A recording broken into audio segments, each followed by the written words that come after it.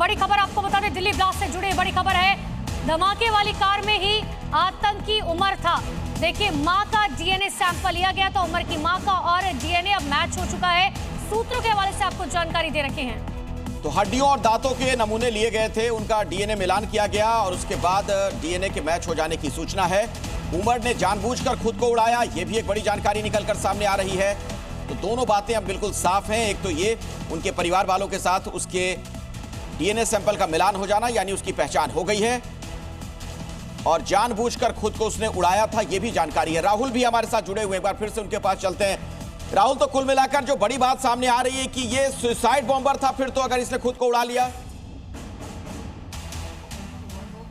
और जाहिर सी बात है सीधे तौर पे, क्योंकि ये थ्योरी पे ही पहले से काम हो रहा था कि क्या एक्सीडेंटल यहाँ पर हुआ था या सुसाइड बम्बर था। तो ये अब सामने निकल करके आया है कि ये सुसाइड बम्बर था,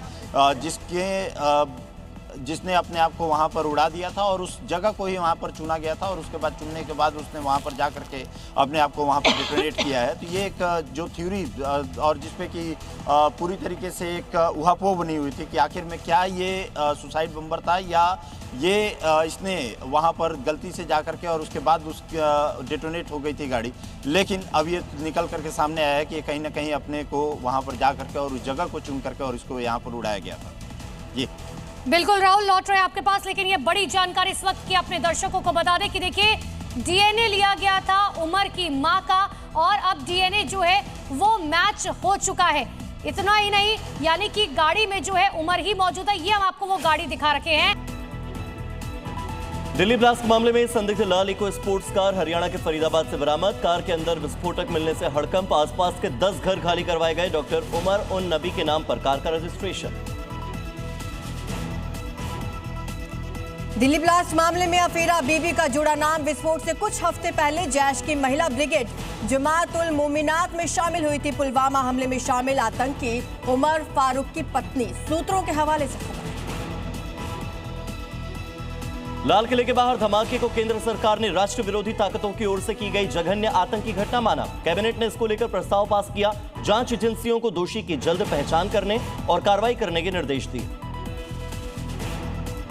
दिल्ली विस्फोट में शामिल कार ड्राइवर डॉक्टर उमर के खतरनाक मंसूबे का पर्दाफाश। बाबरी मस्जिद विध्वंस की बरसी यानी 6 दिसंबर को शक्तिशाली विस्फोट करने की थी साजिश। इंटरनेट से सीखा था बम बनाने का तरीका। दिल्ली धमाके का नया सीसीटीवी फुटेज आया सामने। धीमी गति से रेड लाइट की ओर बढ़ रही गाड़ियों की कतार के बीच I-20 कार में धमाका होता दिखा। आसपास मौजूद कई गाड़ियों के परखच्चे उड़े। दिल्ली धमाके के बाद देश भर में हाई अलर्ट। वाराणसी से लेकर अयोध्या समेत यूपी के कई जिलों में सुरक्षा बढ़ाई गई। हरिद्वार में उत्तराखंड पुलिस का flag march. Jammu Kashmir police का NH-44 पर सघन तलाशी अभियान। दिल्ली धमाके के बाद जम्मू कश्मीर में आतंकी नेटवर्क के खिलाफ कार्रवाई तेज। जमात इस्लामी समेत प्रतिबंधित संगठनों से जुड़े हुए लगभग 500 ठिकानों पर पुलिस की छापेमारी। कुपवाड़ा जिले के जाबरी जंगल में तलाशी अभियान के दौरान 6 चीन में बने हुए ग्रेनेड बरामद हुए। एनआईए की 5 राज्यों के 10 ठिकानों पर छापेमार कार्रवाई। अवैध बांग्लादेशी प्रवासियों से जुड़े अलकायदा गुजरात आतंकी साजिश मामले में एक्शन। पश्चिम बंगाल, त्रिपुरा, मेघालय, हरियाणा में तलाशी के दौरान कई डिजिटल उपकरण, आपत्तिजनक दस्तावेज जब्त। उत्तराखंड के मुख्यमंत्री पुष्कर सिंह धामी का संकल्प, कहा देवभूमि की डेमोग्राफी, सांस्कृतिक मूल्यों और मूल अस्तित्व को किसी भी कीमत पर नुकसान नहीं पहुंचने देंगे। कड़े कदम उठाने की भी चेतावनी।